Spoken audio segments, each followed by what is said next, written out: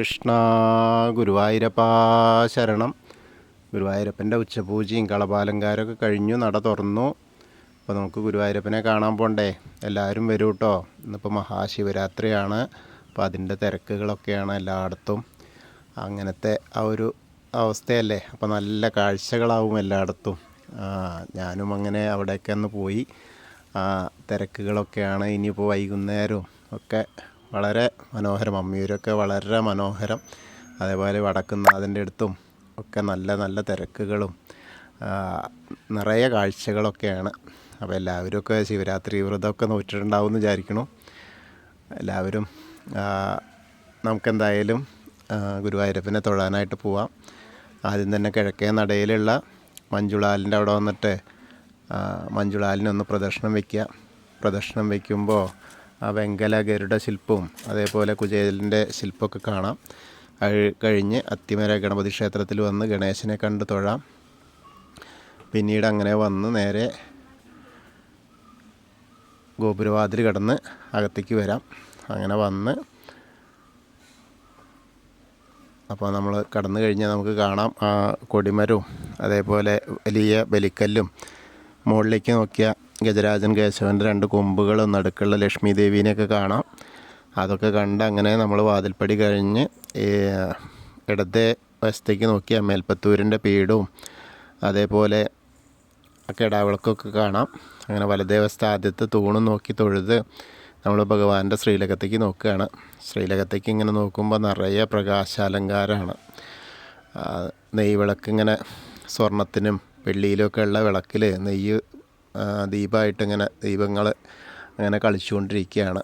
ആ ഉണ്ണിക്കണ്ണൻ്റെ ഓരോരോ കളികൾ കണ്ടിട്ടേ നെയ്ദീപങ്ങൾക്കും കൂടി അതോടൊപ്പം കളിക്കാനുള്ള അതിപ്പോൾ നമുക്ക് പറയാനല്ലേ പറ്റൂ. അവരിപ്പോൾ അങ്ങനെയൊക്കെ തന്നെയാവും ചിലപ്പോൾ. ഭഗവാൻ കളിക്കുമ്പോൾ ഉണ്ണി കളിക്കുമ്പോൾ ആ നെയ്ദീപങ്ങളും കൂടെ കളിക്കുകയായിരിക്കാം. അങ്ങനെ നോക്കുമ്പോൾ കാൽത്തളകൾ കാണാണ്ട്, കാൽവള അങ്ങനെ ഇട്ടിട്ട് കാണാണ്ട് അങ്ങനെ മുകളിലേക്ക് നോക്കിയാൽ പട്ടുകോണ കൊടുത്തിട്ടുണ്ട്. അരമണി കിങ്ങിണിയൊക്കെ ചാർത്തിയിട്ടുണ്ട്. മുകളിലൊരു വളയം പോലത്തെ മാല, ഒരു പതക്കം പോലത്തെ മാല, അതേപോലെ കൈവളകൾ കാണാണ്ട് തോൾവളകൾ അണിഞ്ഞിട്ടുണ്ട്. വലത്തെ കയ്യിൽ താമരപ്പൂവുണ്ട്, പൊന്നോടക്കുഴലുണ്ട്.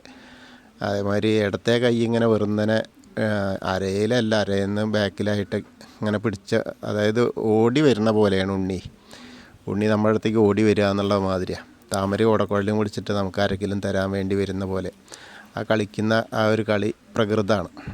നല്ല തടിച്ചുരുണ്ട ഒരു ഉണ്ണിക്കണ്ണനാണ്. അങ്ങനെ മുകളിൽ തിരുമുഖത്ത് ഒരു ഗോപിക്കുറി വെച്ചിട്ടുണ്ട്. അതേപോലെ പൊന്നിൻ്റെ കിരീടം ചാർത്തിയിട്ടുണ്ട്. അതിൻ്റെ മുകളിൽ തിരുമുടിമാല 3 എണ്ണം ഉണ്ട്. വെളുത്ത പൂവും തെച്ചിയും തുളസിയായിട്ടുള്ള 2 എണ്ണവും, അതേപോലെ വെളുത്ത പൂവ് മാത്രമായിട്ടൊന്നും. അങ്ങനെ പിന്നെ 2 ഉണ്ടമാലകളുണ്ട്. ഉണ്ടമാലകളും എങ്ങനെ വെച്ചാൽ വെളുത്ത പൂവ് തെച്ചി തുളസിയായിട്ടുള്ള അങ്ങനത്തെ 2 എണ്ണം. ഇപ്പോൾ മുകളിൽ വിധാനമായിട്ടൊരു 5-6 തുളസി മാലകളും ചാർത്തിയിട്ടുണ്ട്, താമരമാലയും.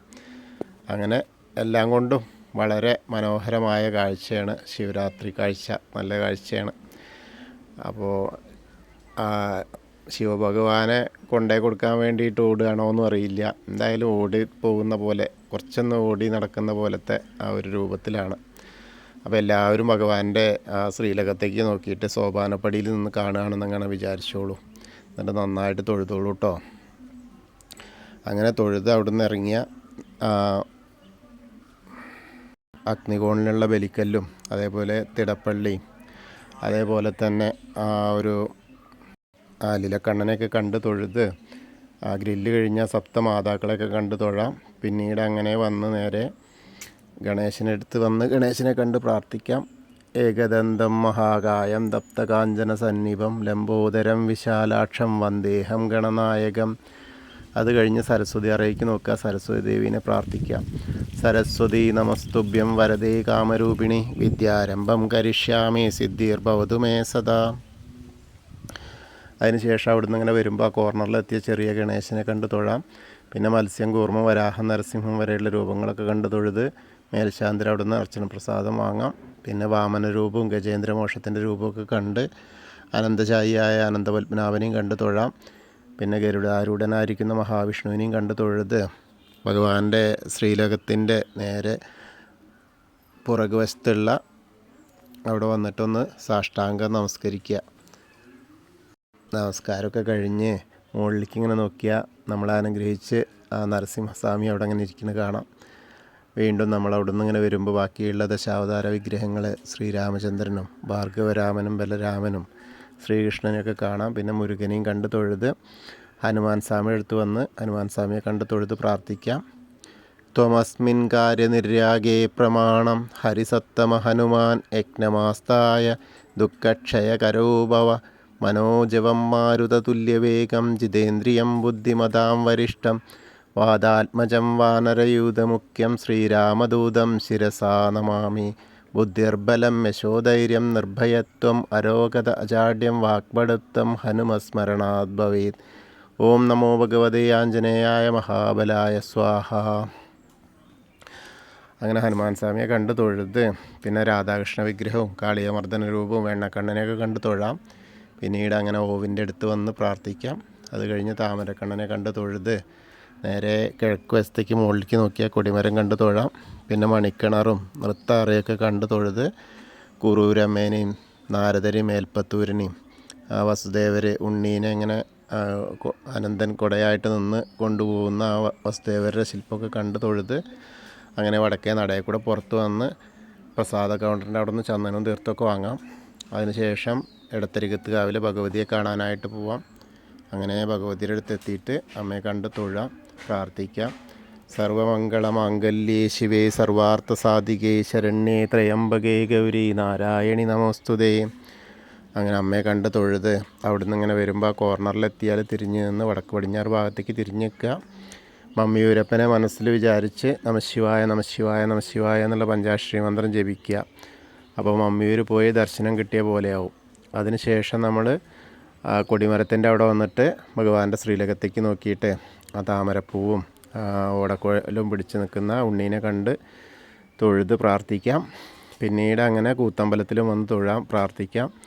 പിന്നെ അങ്ങനെ വന്ന് അയ്യപ്പസ്വാമിയെ കണ്ട് തൊഴുത് പ്രാർത്ഥിക്കാം.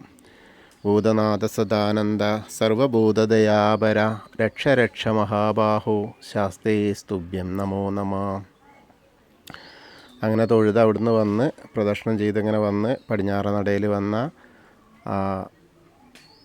ദീപസ്തംഭത്തിലെ വേണുഗോപാലിനെയും കൊടിമരത്തിൻ്റെ മുകളിലുള്ള ഗരുഡധ്വജനെയും കണ്ട് തൊഴുത് പടിഞ്ഞാറ് നടയിൽ കൂടെ പുറത്ത് വരാം. പുറത്ത് വന്ന് രുദ്രതീർത്ഥ കുളത്തെ ഒന്ന് പ്രദക്ഷിണം ചെയ്യാം. പ്രദക്ഷിണം ചെയ്യുമ്പോൾ കാളിയമർദ്ദന രൂപിയെ കാണാം. പിന്നീട് അങ്ങനെ നാരായണാലയത്തിൽ വന്നിട്ട് പൂന്താനം തിരുമേനി പൂജിച്ചിരുന്ന ചെറിയ ഉണ്ണിക്കണ്ണൻ്റെ വിഗ്രഹം കണ്ട് തൊഴുത് നമ്മൾ ഭഗവതി നടയിലും അതേപോലെ കിഴക്കേ നടയിൽ വന്നിട്ട് വലിയ ദീപസ്തംഭത്തിൻ്റെ അവിടെ വന്നിട്ട് ഭഗവാന്റെ ശ്രീലകത്തേക്ക് ഒന്നുകൂടി നോക്കി തൊഴുത് നമ്മൾ തെക്കേ നടയിലേക്ക് വരിക. തെക്കേ നടയിൽ വന്ന് കൂവളത്തെ ഒന്ന് പ്രദക്ഷിണം ചെയ്യുക. പ്രദക്ഷിണം ചെയ്യുമ്പോൾ മഹാദേവനെയും പാർവതീദേവിയെയും മനസ്സിൽ വിചാരിക്കുക. അപ്പോൾ നമ്മൾ ഇന്നത്തെ ഗുരുവായൂരപ്പൻ്റെ ഉച്ചപൂജയും കളഭാലങ്കാരമൊക്കെ കണ്ടു തൊഴുതു. എല്ലാവർക്കും ആ ഗുരുവായൂരപ്പൻ്റെ അനുഗ്രഹം ലഭിക്കും.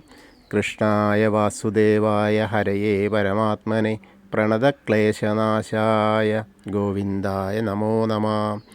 ഹരേ കൃഷ്ണ. ഗുരുവായൂരപ്പ ശരണം.